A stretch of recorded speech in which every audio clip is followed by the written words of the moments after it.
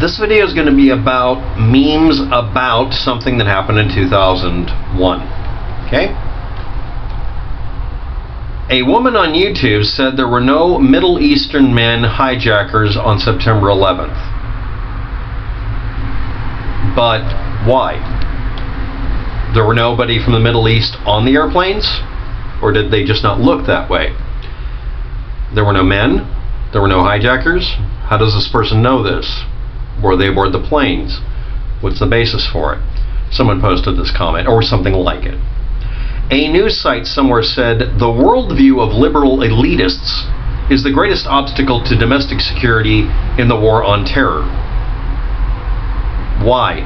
Is there an explanation, or is it just something that feeds into someone saying, yep, that sounds right? You know, the worldview of conservative oligarchs, I'm not even sure I'm using the word right, is the greatest obstacle to domestic security in the war on terror because they're financially connected to things. Okay, here we go. A random person in a checkout line told the cashier that he was Colin Powell's relative, and while in New York, he was warned about September 11th and said they knew about it and didn't do anything. That's the let it happen meme again. Is this a spider? Which spider? Okay. So anyway, now that's literally the entire statement. I've got the rest of it written below. The point is, this could have actually happened. No, it really could have.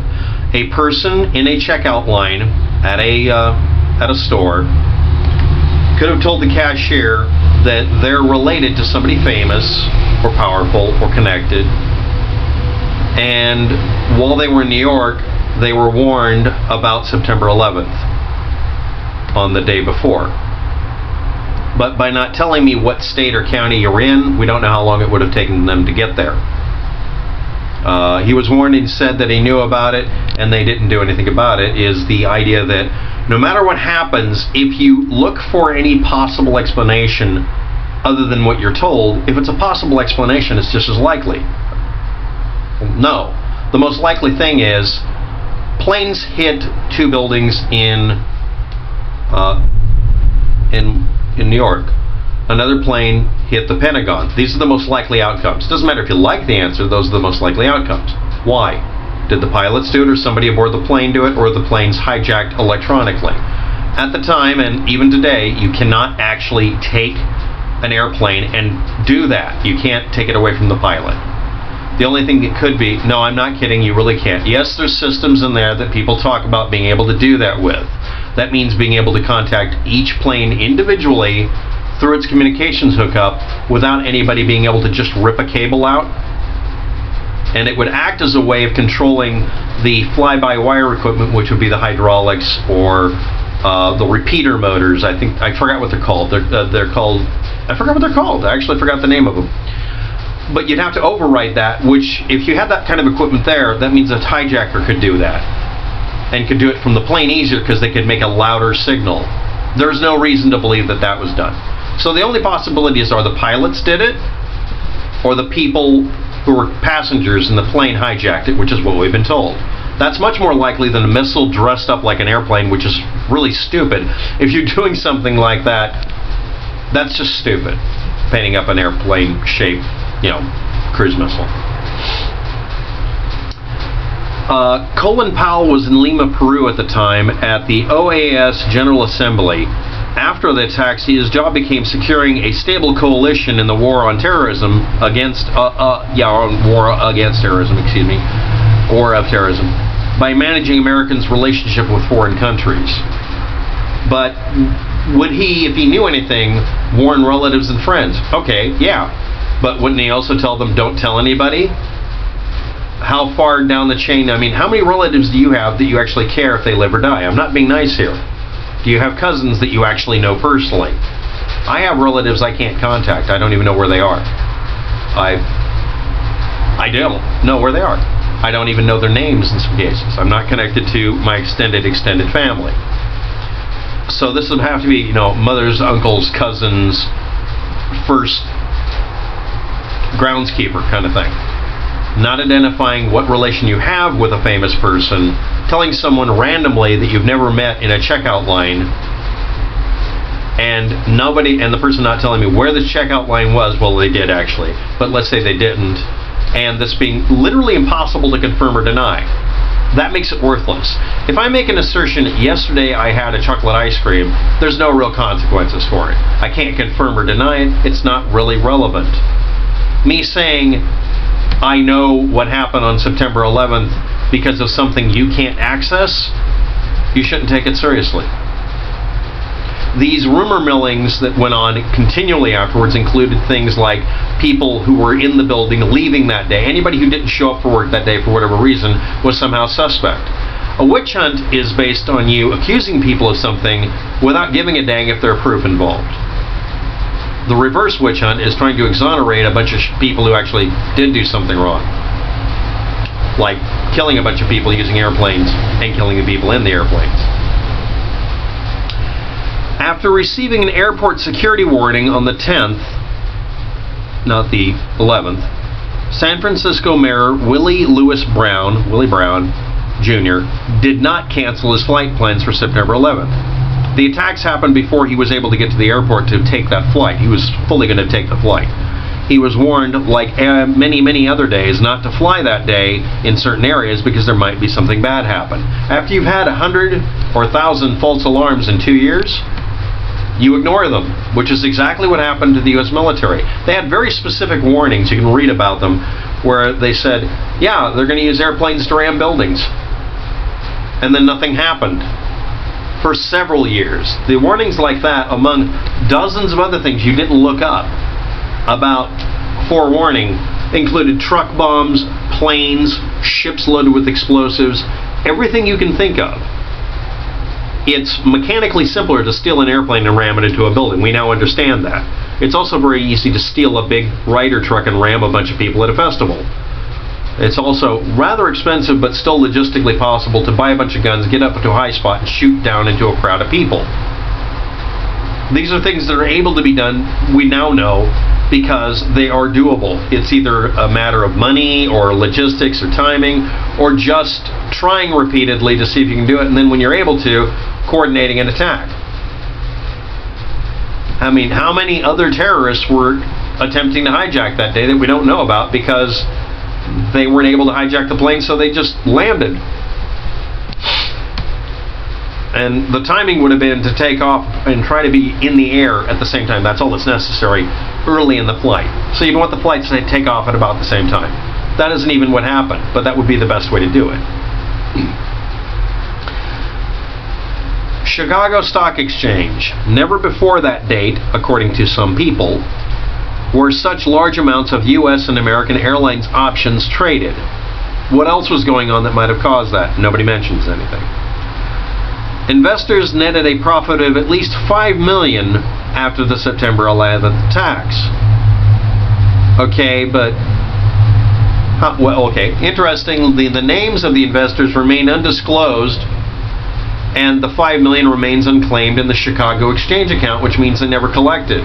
Which means that was probably terrorists who invested because they knew something bad would happen and they were causing it, and they are insiders. But obviously they're not going to come in and claim the money, and the undisclosed part of it was done through, well, shell companies or through a random string of characters or account names or numbers that didn't track to a person. That's not allowed anymore because of this. Most likely anyway, right? Long puts, the volume of it was unusually high in the Chicago Exchange or others. At least 13 were consistent with option market investors' advanced knowledge of something.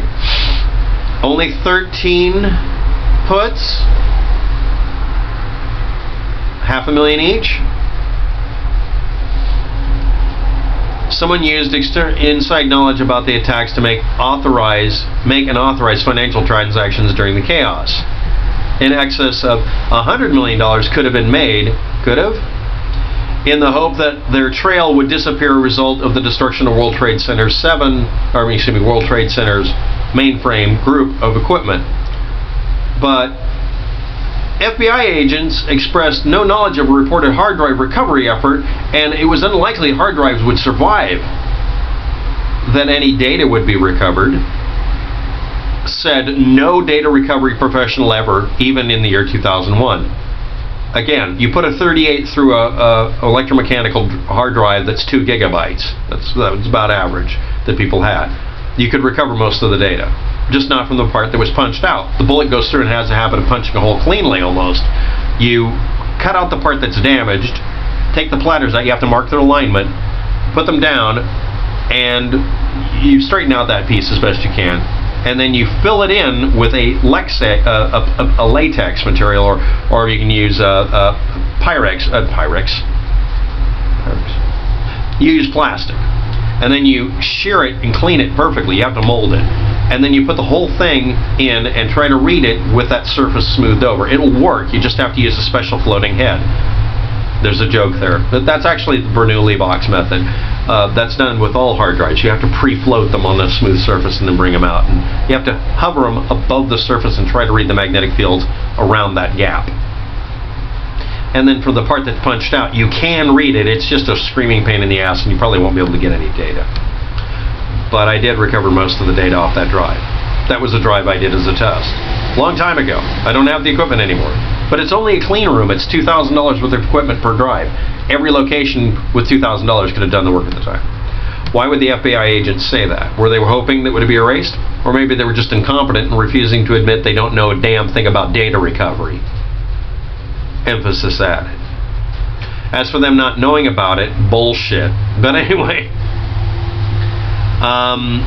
maybe at the time that interview was done, maybe they did have the information on who did it and tracked him down, and maybe it's part of those secret 20-some-odd pages that aren't secret anymore unless Trump got in the way again and re-private it. Remember, Trump is the one who kept them from being unsecret this year.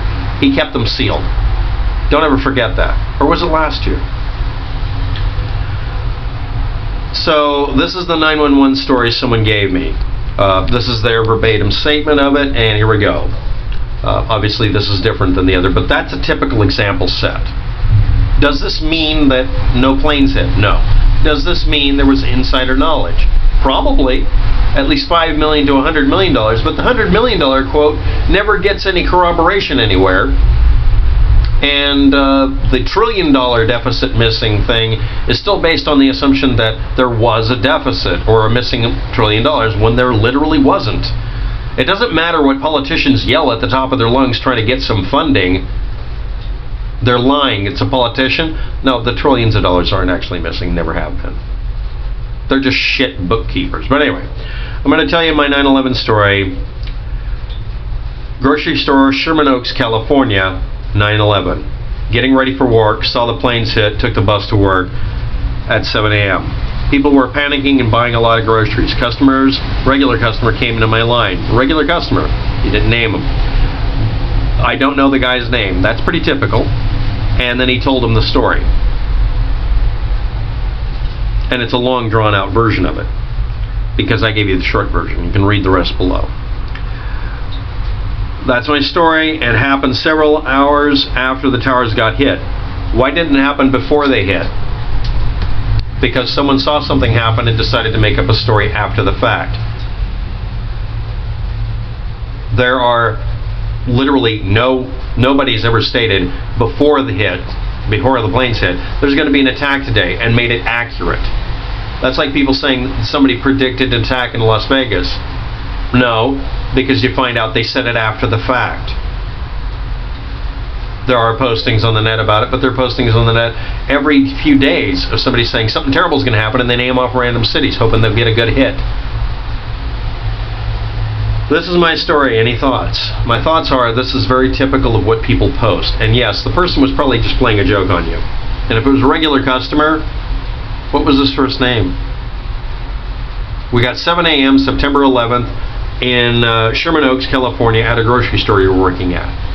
Thank you for being a lot better than the others who post exactly the same story about Colin Powell's relative. No, I'm not kidding. This is the 80th or 50th or 60th time or 80th time. Every few weeks. Thanks for watching. Have a good day. Good luck with that.